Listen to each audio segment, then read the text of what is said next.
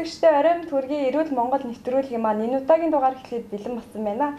Бид бүхэн шууд та түүний телевизэн шууд эфирээс та бүхэндээ хүрэхэд бэлэн болсон байна. Өнөөдрийн манай зочноор анагаах ухааны доктор профессор Мөнх төвшин эмчийн хамтаар хүрч байна.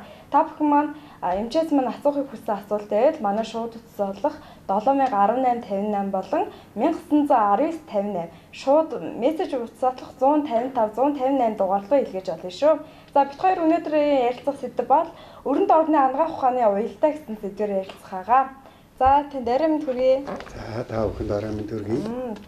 За уламжлалт анагаах ухаан, өрний анагаах ухаан гэдэг хоёрын гол уялдаа холбоо юу вэ? Энэ талаас хоёлаа яриаг эхлэе гэж бодлоо.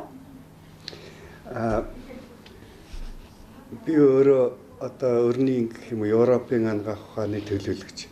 Тэнд мэргэжсэн анагаах ухааны их сургуулийг төгсөж мэргэжсэн хүн л дээ. Тэгэхдээ яг өнөөдөр 3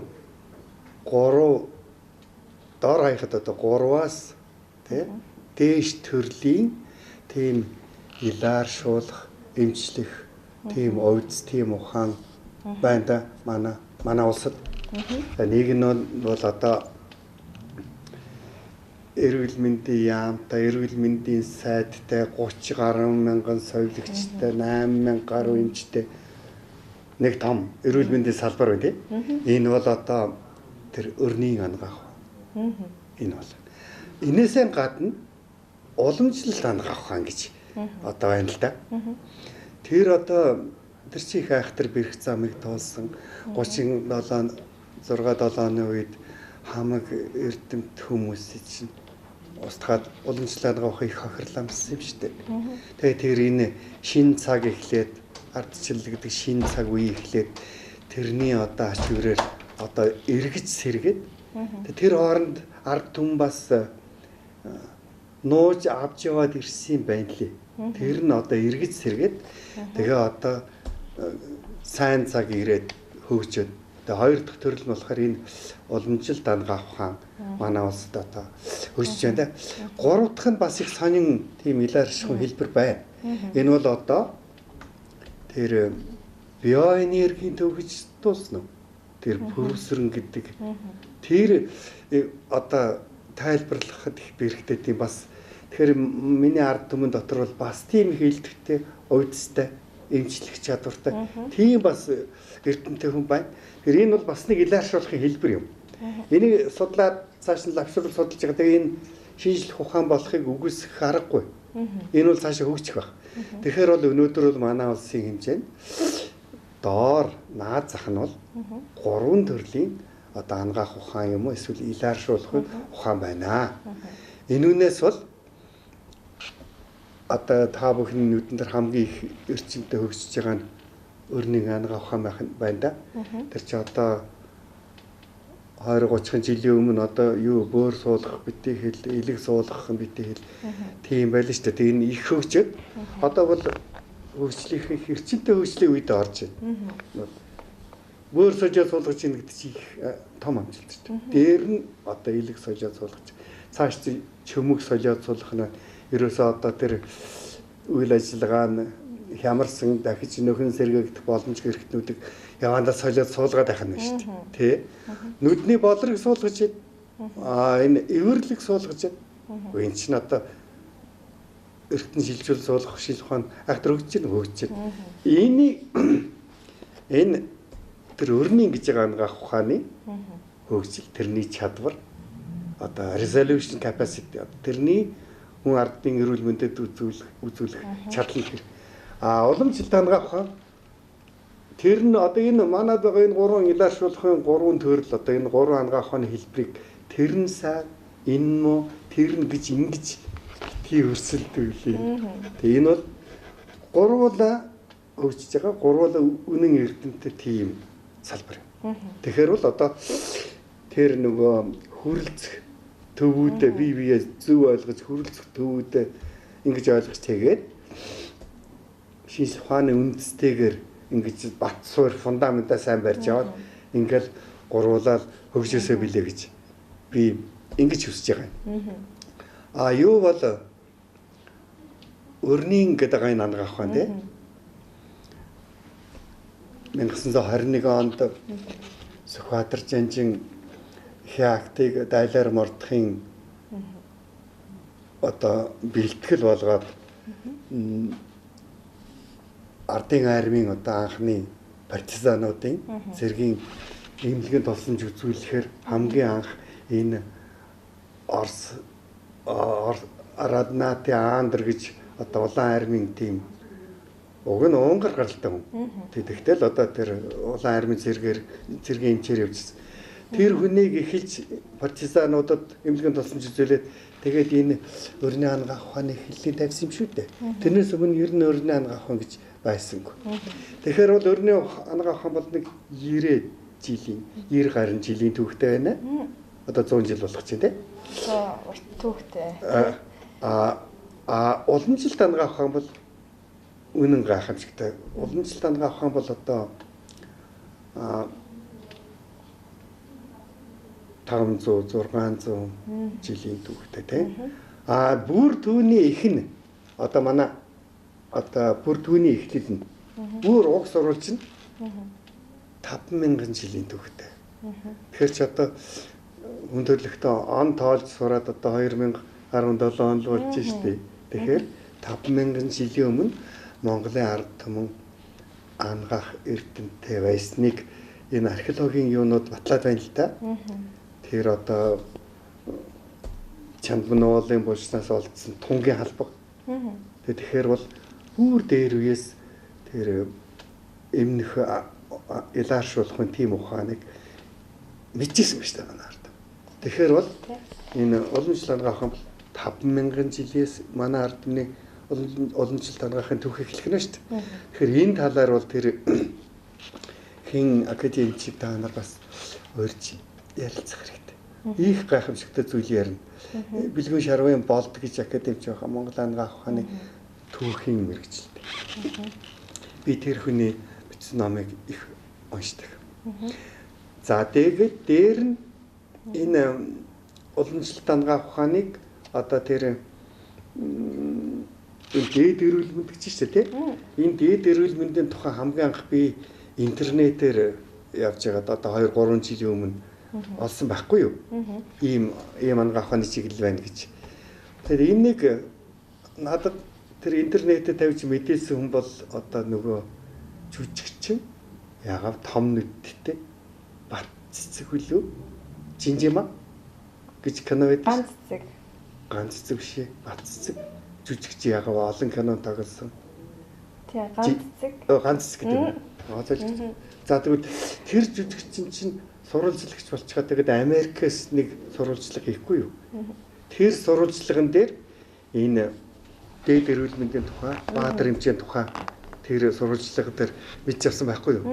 Тэгээд би анх тэр болтол би энэ юуг мэддэг байсан юм. Уламжлалт ангаах ухааны ер нь ямар зэргийн эрдэм чадалтай ангаах ухаан гэдгийг мэддэг байсан юм. Тэгээд хөөж уншиж хагаад энэ говийн 9 үеийн их отч нарын залгамж. Одоо Монгол Улсын хүний гавьяа тэмч Баатар гэж байна л да. Тэр үнтэй танилцж одоо 2-3 жилийн өмнө шүү дээ. Тэгээд энэ уламжлалт ангаах ухааны тухай уншаад байсан чинь юу н сэтгэлгээ нь өөр юм аа. Европ ангаах ухаанаас өөр байна.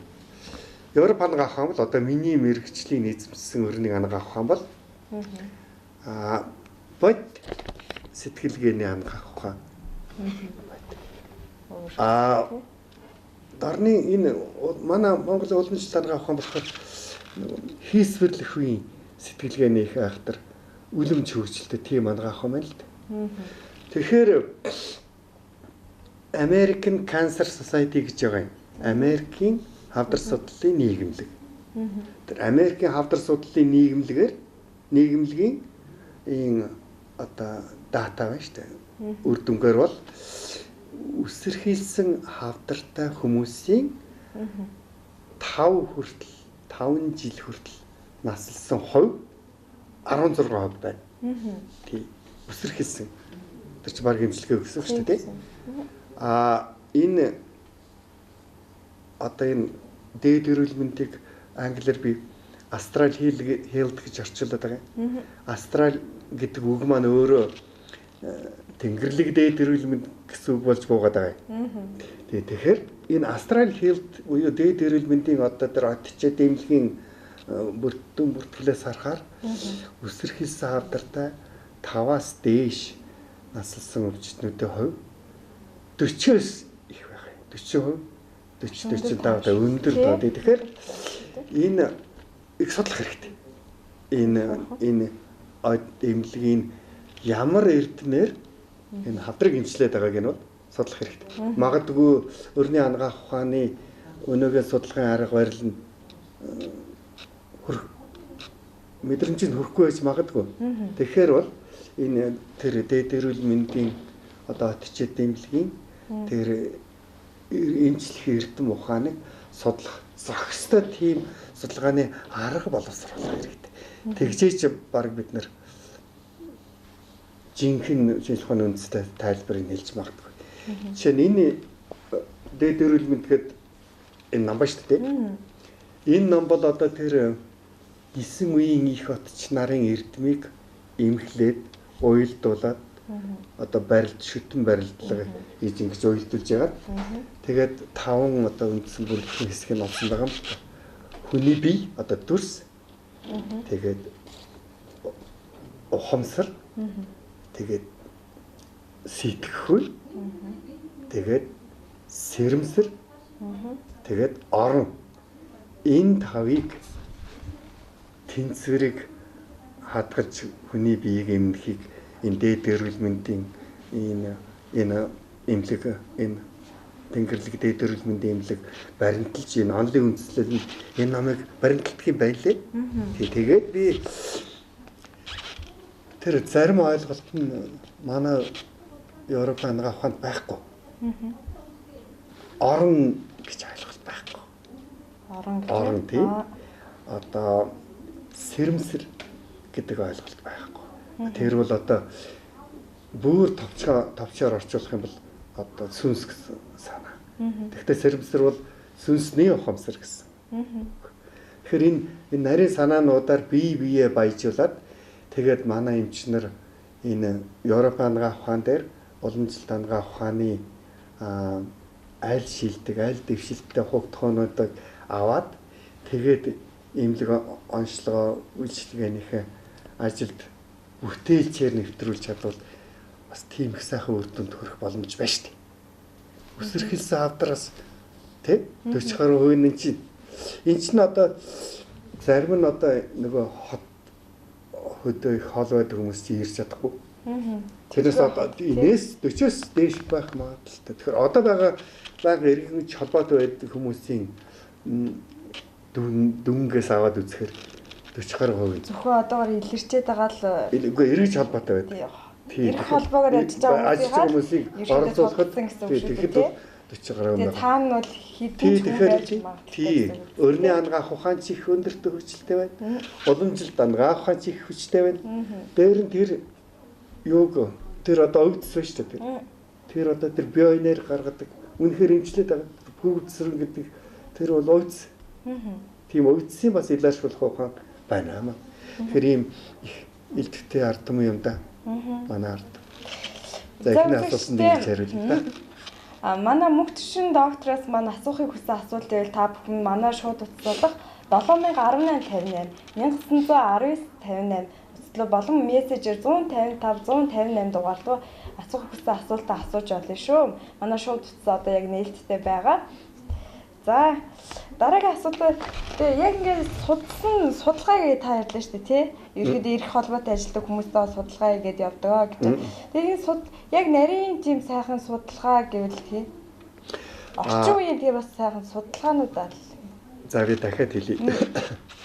Магадгүй орчин үеийн судалгаа гэдээ байгаа одоо тэр бидний мэддэг за ЭКГ зүрхний цахилгаан бичлэг, тархины цахилгаан бичлэг. За тэгээд хойлоо үзэгчээ авчих уу? За. Аримд хүргэе. Байна. Аримд хүргэе. байна заяа. Тэнийг масаа өгсөн. Үгүй дараалал. Энэ одоо энэ таны яаж байгаа энэ артын одоо нэвшилээ. Үгүй дараалал шууд үрдэн хөрхтний сайхан зүйл байд юм уу? Юу тантай уулзвал хаад тань надад чинь заахгүй. Энэ Үгүй харагдахгүй. Үгүй дараагийн одоо юу замбар та хэлэх боломжтой юу? За баярлалаа тав. За яг би дахиад тайлбарлая. Би өөрөө Европын анагаах ухааны мэрэгчлэн. Энэ уламжлалт анагаах ухааны мэрэгчлэл биш. Зүгээр ингээд харьцуулаад үзэхээр үнэхээр уламжлалт анагаах ухаан дотор маш олон төрлийн эмчилгээний эрдэм байна. Тэгэхээр бол яг нүдний даралт гэж би ингэж онц хэлэх одоо надад боломж олго. Зүгээр энэ уламжлалт анагаах ухааны хүмүүсийг харахаар заавал ихтлээд судал шинжиж байгаа. Судалж байгаа. Тэрнээс эхлээл эмчилгээ хийж байгаа шүү дээ.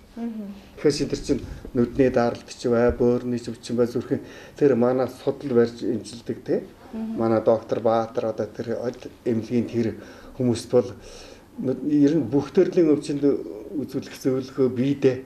Тэгээ тэр энэ ойд гэдэг эмнэлэг, отч ойд гэдэг эмнэлэг тэрний утас нь байна уу юу? За яг нэвтрүүлгийн дараа та бүхэн маань манай утас руу хандаад тий энэ ойд эмнэлгийн байдаг газар очиад судалсаа бариулаад хаяг байршин авах боломжтой гэсэн үг байхгүй? Эми эмчилгээ тэгээд тэр тан үрлэн эмүүд янз бүрийн тан эмүүд тэгэл тэр талхан эмүүд ийм ардын эмнэлгийн зөчнөө олон ийм уламжлалт ийм анагаах ухааны ийм бэлтгэлүүд байт юм билээ. Тэндээс одоо зөвлөгөө авах хэрэгтэй байна. Яг одоо би нүдний даралт тийм юм сайн гэж одоо бол би хэлэх боломж алга да. Тэгэхээр саяны үзэгчийн маань хувьд заавал өөрийн биеэр очиж үзүүлэх шаардлагатай л байна. Судлаа бариулах хэрэгтэй. Тэгэхээр чинь энэ ардын эмнэлэгчийн сайн тодорхойлох хэрэгтэй юм л да тий. Нүдний даралтын гүйтээ шууд би дахиад хэлье. Энэ уламжлалт анагаах ухаан дотор чинь бөөрийн эм тэрний эм гэж ярьдаггүй юм билээ. Тэгэхээр аль эрхтний ивэл эрхтэн, аль эрхтний хүү эрхтэн, аль эрхтний нөхөр эрхтэн, аль эрхтний дайсан эрхтэн. Тэгээд юу номлолууд нь өөр. Тий, их сонио. Тэгэхээр тэр нөгөө өвдөж байгаа эрхтний нөгөө хүү эрхтэн, өвдөж байгаа эрхтний ижи эрхтэн, өвдөж байгаа эрхтний дайсан эрхтний дарангуул өвдөж байгаа эрхтний нөхөр эрхтний дэмж тийм сонин философи. Сонин философиар юу яд юм бэ лээ. Тий. Тэгэхээр энэ нэг яг тий нэг өвчин гэж ингэж ярьдаг юм байлээ. За хойлоо түрүүний ярьжсэн асуултаа үргэлжлүүлэл тий. Тэгээд судалгааны талаар ярьжсэн шүү дээ тий. Тэрийг бас үргэлжлүүлж ярил. Тий тэр би түрүүнийг цогц дурдаад орхилоо тэр орон гэдэг хогт юм байна. Орон гэж одоо би англиар микрокосм гэж орчуулад байгаа. Одоо хүний орон хүн болгонд орон байгаа шүү дээ. Дотоод орон, гадаад орон. Энэ окторгоо орчлон бүр одоо тэнгэр гайрг хэрэгсэн, одод гайрг хэрэгсэн чинь ч гэсэн үнд нөлөөлж идэг. Тэр чинь бол одоо макрокосм. Бидний дотоод ертөнцийн орон биш үү? Дотоод ертөнцийн. Тэрийг микрокосм гэж нэрлэж байгаа. Тэгэхээр тэрнийг манай өрний анагаах ухаан бол одоо салгаж их шинжилж байна да. Зүрхний цахилгаан бичлэг, тархины цахилгаан бичлэг, томограф, яла гэнэ, резонанс, соронзон үйлчлэлийн томограф, за тэгэл биохимийн шинжилгээ, цусны шинжилгээ, шээсний шинжилгээ 4000 гаруй шинжилгээ байна шүү дээ. Өрний анагаах ухаанд. Тийм олон тасалдсан салбарлсан. Тэгэхдээ тэр тэн дотор орон шинжлэх гэдэг шинжилгээний арга байхгүй. Энэ бол зөвхөн энэ тэр ойд эмнэлгийн миний ойлгож байгаагаар бол тэр тэнгэрлэг дээд эрүүл мэндийн ойд эмнэлэг гэж шүү дээ, тийм. Тэр эмч нарт бол энэ огтхон байх шиг байна. Тэгэхээр тэр орон засах хамгийн эхлээл одоохонд нүдийг засахаас өмнө тийм. Хамгийн эхлээл бөөрийг засахаас өмнө, хамгийн эхлээл зүрхийг засна гэж ярихаас өмнө орон засах, сэрэмсрийг засах, тэр дүрсийг хазаа хэлтийг хэвэн болох хийн эргэлтийг тэгшлэх. Тэ? Тийм онлын өөр ухагтхуунуудаар ярилцдаг юм байли. Манай өрний анх авахнаас ялгаатай байгаа. Тэр юм үзэгчд маань бас нэг ойлгохгүй юм байна. Хэцүү штэй харин амаргүй. Харин тодорхой ярих сэрэм гэж одоо юу ч хэлээд яг үнэ сэрэм гэж юм бол үзэгчд маань тэр алга ойлгохгүй байх та тийм. Тэрхэн би энэ маш нарын хий сэтгэлийн бий гэж байна те. Маш нарын хий сэтгэлийн бий. Энэ ухагтхууныг би тэр хэн профессор Болд сайхан гэж бий. Нэгдсэн үндэсний байгууллагын энэ био ёс зүйн шинжээч гэж профессор Болд сайхан гэж бий. Тэр хүний бичсэн зүйлүүдээс сөхөж уншиж тэгж ойлгосон байхгүй юу? Ерөөсөө ангаа ухааныг төгсөхдөө миний ойлгоод өгсөн юм юу гэвэл эхийн цагаан тусал эцгийн улаан тусал те. Энэ нийлээд хүмүүрлэнэ гэж ойлгочихсон байхгүй юу? Одоо болохоор эхийн цагаан тусал эцгийн улаан тусал дээр нь маш нэрийн хий сэтгэлийн бий буюу одоо тим мэдл гэдэг байгаа. Тим мэдл. Тийм мэдл ийм гурван зүйл нийлжиж хүн болно гэж ярьдаг болсон байна л да. Тэгэхээр бол бид нар бол тэр өрний ангаа ухааны одоо энэ олон мянган эмч нар бол энэ дорны ангаа ухаанаас манай уламжлалт ангаа ухаанаас ашигтай тэр зүйлүүдийг авах хэрэгтэй. Тэгээ уламжлалт ангаа ухааны хүмүүс ч гэсэн өрний ангаа ухааны тэр хүчрэх зүйлүүдээс ашигт зүйл авах хэрэгтэй. Тэгж яагаад ингээд нийлэгшүүлсэн тийм илаашруулсан гайхамшигтай юм ангаа ухааныг бүтээгээсэй гэж одоо би хүсэж явдгийг. Энэ дээд эрүүл мэндийг бүтээсэн тэр 9 үеийн их отч нар үе уламжлуулж эмч нараа бэлддэг байсан ба шүү дээ. Тэр 8 дахь үеийн их отч 9 дахь үеийн их отч Цэрэнд орж гэж багш. Тэр багш бол тэгж яадгийг тэгж загсан байдгийг. Манай энэ өрний ангаа ухааны эмч нар энэ дорны ангаа ухаанаас хамгийн үр ашигтай өвгүүдийг ингэж өвлж аваад эмчилгээ онцлогоонд хэрэглээсэй билээ тэгвэл их амжилт орондоо гэж хэлсэн байдаг. Би тэрнтэй санал нэг байдаг. Тэгэл байх тийм. За. Тэгээ энэ талаар ер нь мэрэгсэн судалдаг одоо эмч мэрэгчлэн гэвэл манай Монголын хувьд ер нь хэр хэдэн болов? Энэ талаар гэж уламжлалт ангаа ухааныг ярьж байна тийм. Тий. Өрнөж ер нь аль талаар судалсан мэрэгчлэнүүд гэвэл хэр хэдэн болов? Уламжлалт ангаа ухаан маань одоо сүүлийн 20 гаруй жил эргэж сэргэж дийлгэрээд тий одоо ер нь их олон байна шүү дээ уламжлалт ангаа ухааны нэмэлтүүд энэ тэмдэггүй их олон байна. Би тэр ангаа ухаануудын эрдэм чадлын тухай бол мэдгүй тэр нэмэлтүүдийн тухай. Би зүгээр уламжлалт ангаа ухааныг хамгийн анх ойлгож авсан тэр нөгөө бат цэцэг жүжигчний телевизийн тэр сурвалжлагаас хараад энэ отчойд гэдгийг имлэгийг 2 жилийн өмнө танилцаа тэгээд очиж үз гараар ингэж өөрийн биеэрээ мэдэрчээж энэ ангаа ухаан дотор бас эрдэм чадал байна гэдгийг мэдэрсэн. Тийм. Тэгээд магадгүй энэ уламжлалт ангаа ухааны тэр эрдэм чадлыг хэмжих багж тий манай өнөөдөр хэрэглэж байгаа энэ багжууд хөрөлцөхгүй ч байж магадгүй. Энд шинэ ухагтхуунууд байгаад байна шүү дээ.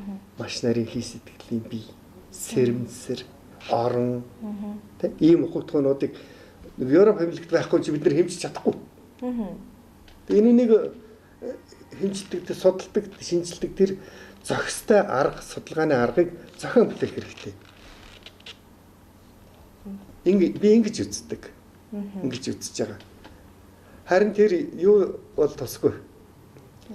Одоо уламжлалт ангаа ухааны бэлтгэлүүдийг нөгөө эмийн хяналтын лабораториуд шинжилж штт. Тэгээд тэр нь нөгөө зохистой арга мөн үү биш үү? Тэгээд одоо хүний бид хортой би энэ гэсэн хортой гэсэн тийм дүгнэлтэн төр гаргачих байдаг. Эмчилгээ үйлчлэгийн тэнцэхгүй энэ гэсэн. Магадгүй өөрсдийнхээ судалгааны арга нь энэ их өв оюун сэтгэлийн их өвд ийг шинжилж тогтоож чадахгүй ч магадгүй тэр. Тэрнийг бас бодолцох хэрэгтэй. За үзэгчээс маань мессежээр асуулт ирсэн байна. Тэгээ миний нуруу байнга өвдөх юм аа. Тэгээд өрөнд орны ангаа ухааны ер нь алингаар нь явал зүгээр гэдэм бэ. Энэ талаар бас мэдлэг дутмаг учраас сайн мэддгүү маа гэж ярьж байна л да. Тий харин одоо би миний өнөөдрийн хэлэх санаа тэрэлтэй. Өрний ангаа ухаан сайн, дорны ангаа ухаан сайн гэж. Тэр нь сайн муу гэж биш. Айл нь их эрдэм чадaltaй юм илэршүүлэх шийдэл ухаанууд манай төгсөж байна гэдгийг нэгдүгээр хэлэх гэсэн. Хоёрдугаарт нь энэ дорны ангаа ухаан болохоор жишээлх юм бол энэ от жод эмнэлэг гэдэг болохоор тэр судал барайл. Тэнд маш их эмчилгээ. Ерөөсөө тэр судал барихаас эмчилгээ нь эхэлж шүү дээ. Энэ эм юу тан өхөөс өмнө. Тэр одоо нурууны эмчилгээнд үнэхээр тэр судлаа бариулаасаа билээ. Тэр уламжлалтын хилэндээ хэлнэ. Судал тэр судал шинжигч одоо аль нэг ингээл надад шинжлэхэд чинь зөвхөн тэр судалсны лухшиж штэ тий. Тэрнийг одоо өрний ангаах бид нар тэрнийг судас тоолдог л байхгүй юу? Минутанд хийдэг гэж. Тэгээд тасалдaltaй байна, дүүрд сайн байна. Нэг 3 гэдэг. Энэ дорны ангаах хааны, энэ уламжлалт ангаах хааны эрдэм чадал нь бол тэр судлаар маш олон шинжилгээ, шинж тэмдгийг олж мэддэг юм байлаа. Тэгээд нэг талаас нөгөө талаас тэр эмчилгээ тэр судал барихаас эхэлж ийн ерөөсөө. Судал барьж байхдаа эмчилгээ эхэлж ийн л баг. Тэгж ойлгож болохоор. Тий. Тэгэхээр бол тэр нуруу өвдөж байгаа хүнийг би тэгээсэ гэж хүсэж байна. От чид эмнэлэг дээр очиод нэг судсаа бариулаасаа гэж хүсэж байна. Тэглээ ах нь хүмүүс ч бас нэг яг юу аль чиглэлээр явахаа бидхээ вечээд дээ шүү дээ. Аль нь сайн болоо гэх. Тэгэл эргэлзээ шүү дээ. Эргэлзээ их хөхэдэг мэдлэг тутамгаасаа тий. Өрний ангаах хаан нурууны сайхан чадварлаг эмчилгээнд хийж байгаа эмнэлэг зөндөө биш шүү дээ. Тий. Дорны ангаах хаан ч гэсэн байна. Уламжлалт ангаах хаан нурууны энэ одемлэг болохоор харин нэг тим эрхтэн гэж ярихгүй. Тэр эрхтний ивэл эрхтэн, тэр эрхтний их, тэр эрхтний хүү, тэр эрхтний нөхөр, тэр эрхтний дайсан эрхтнүүд гэж энэ маш их цогцлбор хэмжээнд авч үзэж ингэж судлаа барьж шинжилдэг юм байлээ. Цогцоор нь авч үзэл шинжилдэг гэсэн үг шүү дээ, тий. Хоорн уялдаатай. Тэгээ нэг эрхтний харин бөөрийн уламжлалтын эмч гэж харин байдаг баг. Тэгээ нэг эрхтний тухай ярьдаггүй юм. Хүнийг бүхэл бүднээр нь авч үздэг. Тийм сонин философитой бодлого, сонин онлын үндслэлээр үндэслэсэн тийм ангаах хаан байдаг юм л уламжлалт ангаах хаан.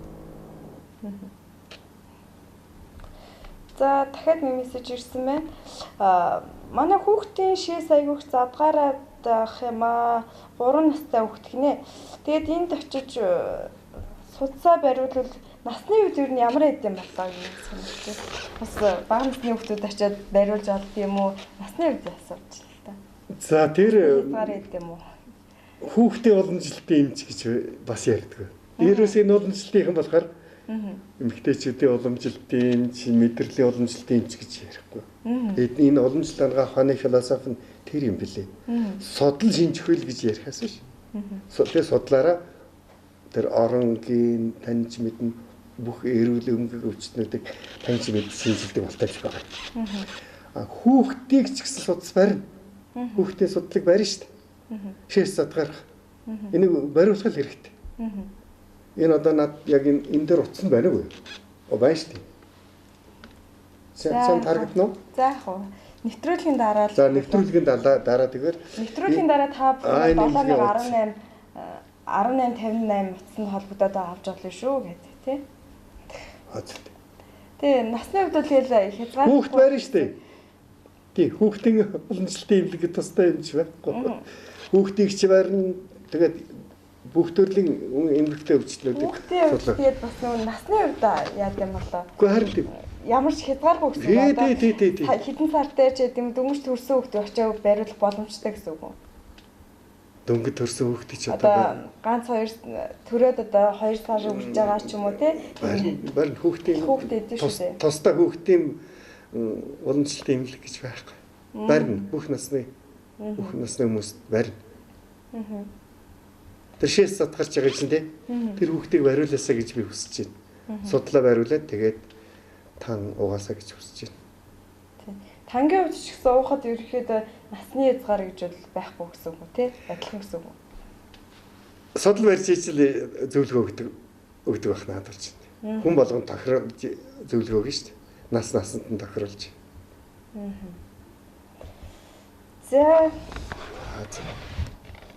Тэгэхээр одоо ингээд тань дээр ирээд одоо очиод эмнэлэг дээр очиод үйлчлүүлж байгаа хүмүүсээ одоо ихэнх дийлэнх одоо өвчлөл гэвэл монголчуудын нүд ямар өвчлөл их зохилж байна тий? Тэр талаар бас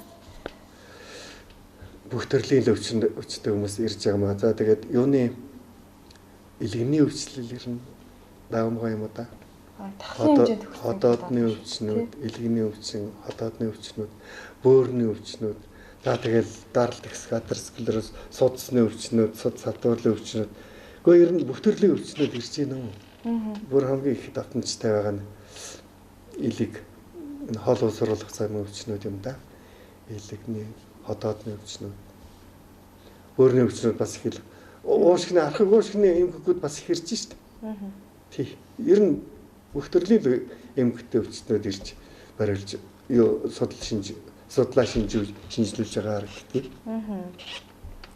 За та бүхэн маань эмчээс маань асуухыг хүссэн асуулт байвал 701858 болон 191558 утаслуу мөн мессежээр 155 158 дугаар руу асууж болно шүү. Бид хоёр өнөөдөр өрөнд орны ангаах ухааны уялдаа холбооны талаар ярьж байгаа. Тэгээд энэ талаар бас асуухыг хүссэн асуулт байвал та бүхэн маань шууд утаснуудаар холбогдох боломжтой шүү. Шууд утас маань одоо нээлттэй байна.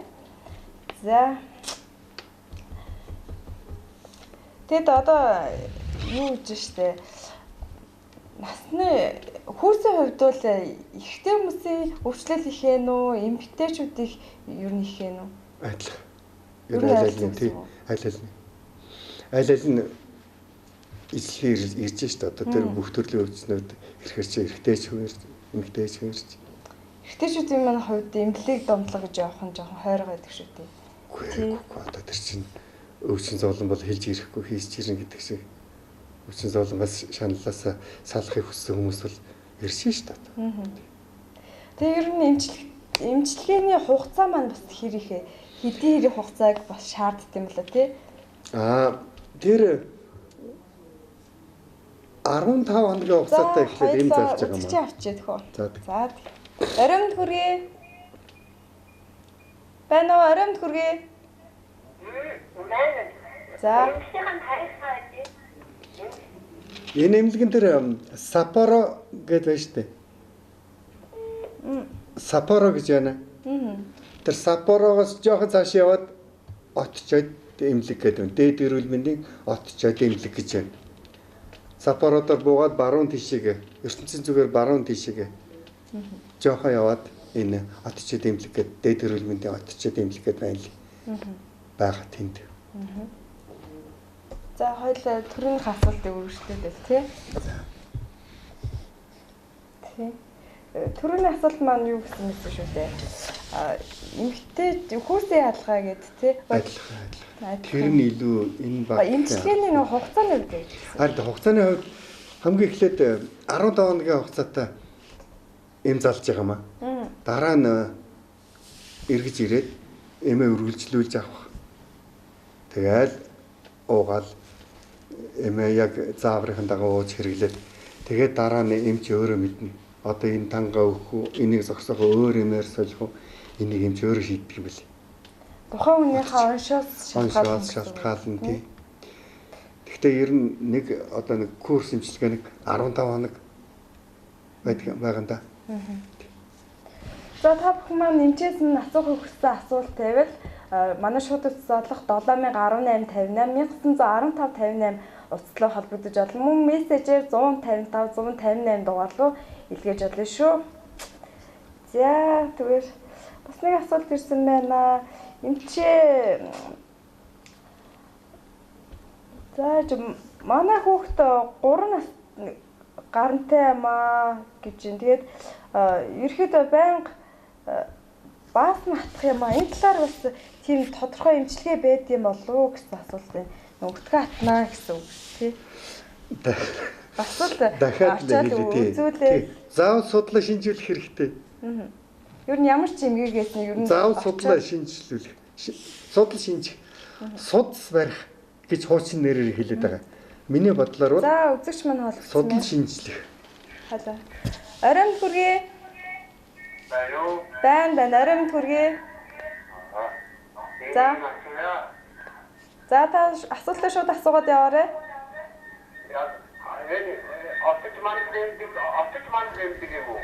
Биш. Ойд имлэг.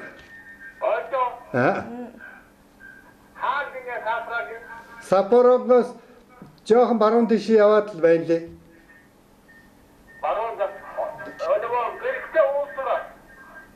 Гэрэлтэй уулзар.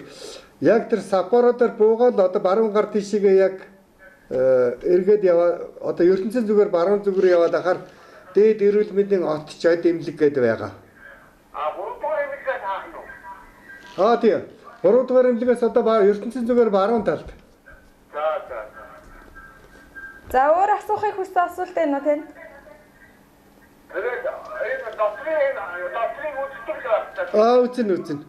Үзэн.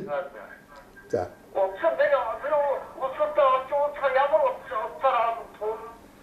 Энэ харин тийм утсан наач байна уу? Энд дээр одоо утсан. Та нэвтрүүлгийн дараа холбогдоод авах боломжтой. За. Энд дээр утсаа. Өөр асуух гэсэн. Та нэвтрүүлгийн дараа холбогдоод авчихаа. За баярлалаа.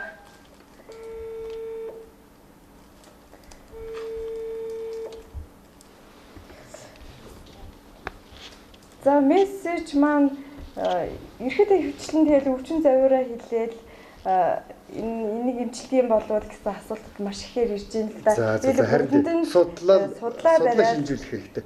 Тэр хуучин бол судас барих гэж яриад байгаа. Миний бодлоор судал шинжих үү. Одоо наадах гэж харуулад яах вэ? За яах вэ? За үзэгчтэй манай нэвтрүүлэг маань энд хүрээд өндөрлөж байна. Тэгээд та бүхэн маань дараагийн дугаартаа ямар эмчийг оролцуулах, юуны талаар ямар сэдвээр ярилцахыг хүсэж байна. Манай шууд утас болох 701858-д илэрхийлж болно. Мөн манай пэйж хуудасаагаа мөн лайваар манай бичлэг маань шууд хүрж байгаа болохоор та бүхэн лайв бас сайн үзээрэй гэж хэлмээр байна. Тэгээд дараагийн дугаар хүртэл түр баяртай.